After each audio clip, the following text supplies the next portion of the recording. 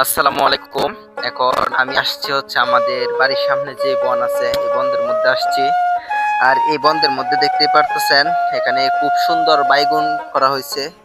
তো আসেন আমরা আজকে আপনাদেরকে এই বেগুন ক্ষেতের যে ফলন কেমন হয়েছে বা এই বেগুন ক্ষেতের যে মালিক সে মালিক এবার কি তাদের ন্যায্য মূল্যটা পাচ্ছে কিনা বেগুন চাষ করে সেটা আজকে আমাদের এই ভিডিওর মাধ্যমে আপনাদেরকে দেখানোর চেষ্টা করব। এবং তাছাড়া আমাদের এই বনদের মধ্যে আরো অনেক বিভিন্ন ধরনের কৃষি কাজ করা হচ্ছে সেগুলি সম্পর্কে আজকে আপনাদেরকে জানানোর এবং দেখানোর চেষ্টা করব। তো এখানে আমি কিছু বেগুন তুললাম, তো আপনাদেরকে আর একটু দেখানোর চেষ্টা করব যে বেগুন ক্ষেতের যে মেন মালিক মালিক সে মালিক হচ্ছে আমাদের সেনু কাকা। সেনু কাকাকে হয়তো আপনারা সবাই চিনেন এবং আমরা আজকে তার কাছ থেকে জানার চেষ্টা করব যে আসলে তার বেগুন ক্ষেতে এবারের ফলন কেমন হয়েছে। যেহেতু রমজান মাস, রমজান মাসে কিন্তু বেগুনের দাম অন্য মাসের তুলনায় একটু বেশি থাকে। তো দেখি সে কি কিরকম লাভবান হয়েছে এবারে বেগুন ক্ষেত করে।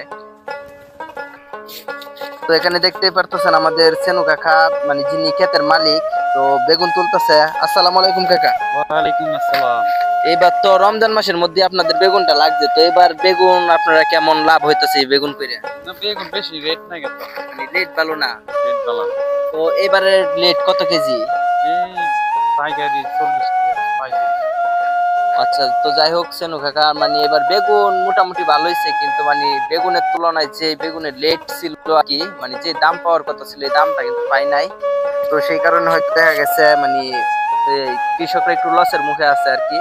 অন্য অন্য রমজান মাসের তুলনায় এবারে রমজান মাসে শাকসবজি সবকিছুর দামই একটু কম মনে হইতেছে।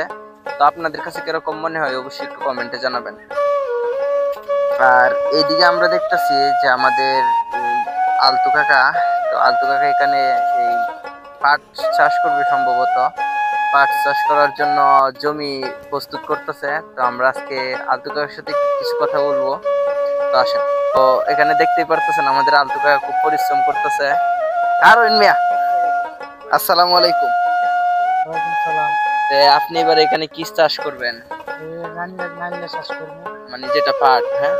তো পাট চাষ করার জন্য আগে থেকেই প্রস্তুত করতেছেন না? তো যাই হোক, তো আশা করি মানে ফসল কেমন হয়, পাহাড়ের ফসল এই দিকে কেমন হয়? মানে ভালো হয়, হ্যাঁ। তো যাই হোক, এদিকে আলতু কাকারা অনেক সুন্দর পরিশ্রম করতেছে, মানে আমাদের গ্রামের মানুষগুলি সত্যি অত্যন্ত পরিশ্রম করতে জানে, যার ফলে তারা খুব কমই অসুস্থ হয় আর কি।